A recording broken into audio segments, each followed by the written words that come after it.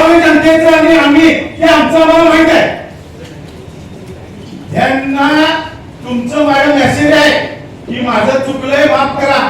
वरनं सगळं धान आले का नाही, छाया पडलीत आले का नाही? आले. मी खोटं बोलावं नाही? बरोबर आहे, बरोबर आहे ना मुद्दा. 10,000चं पाणी तुम्ही 10,000चं पाणी जे येते ते 100 लिटरमध्ये बरोबर आहे ना.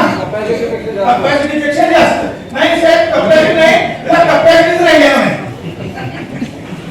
हे अधिकारी चॅनल साहेब, आयुक्त साहेब, 100 कोटीचं काम आहे. 100 कोटीचं काम जर असं तर त्याला अशी बोंब करून ठेवली यांनी.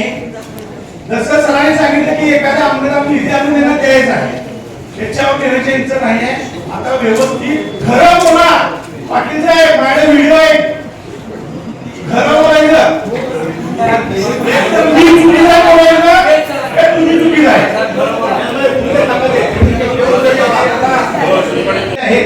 त्याला ढाळ नाही. रिटर्न पाणी लोकांच्या घरात आलेलं आहे. यांना बोलवलं तर ही माणसं जागेवर वेळेवर येत नाही. ह्यांना त्या कॉन्ट्रॅक्टरला विनंती केली आमच्या घटनेत त्यांना घेऊन की किमान पाऊस पडला आहे, जिथं तुम्ही पाईप काढलाय तिथं आणि सगळ्यात वाईट त्या ह्यांना पण बोलवलं मी.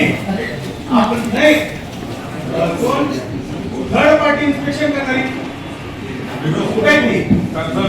विषय असा आहे की रस्ता नगरसेवकांना सांगण्याची गोष्ट आहे की ते ड्रेनेजच्या पाईप मधनं ह्या लोकांनी मोटर लावून ड्रेनेज वाढायचं काम चालू आहे.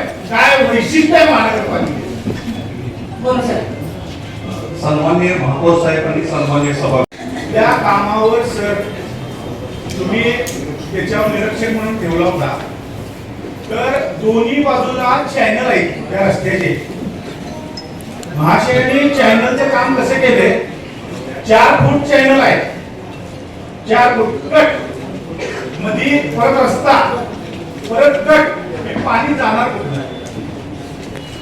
दुसरी गोष्ट, पूर्ण यादवनगरचं पाणी त्या चॅनल मधनं पास व्हायला पाहिजे.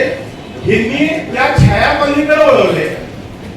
म्हणजे उदाहरण सांगतो, 5,000 लिटरचं पाणी त्यात जायला पाहिजे, तर ती गटर आहे 100 लिटर. त्यांचं शिक्षण मी काल विचारलं, याच्या सकट लक्षात लावले आहे. तर म्हणजे की मी महानगरपालिकेत पहिल्या नंबरनं पास झालेलो आहे. बोलवा म्हणजे आम्ही आमचं शिक्षण आहे ते बघूया. या बरोबरीने ना ज्यावेळेला रस्त्याची आपण परवानगी देणार त्यावेळेला पाण्याची एनओसी ड्रेनेजचं काम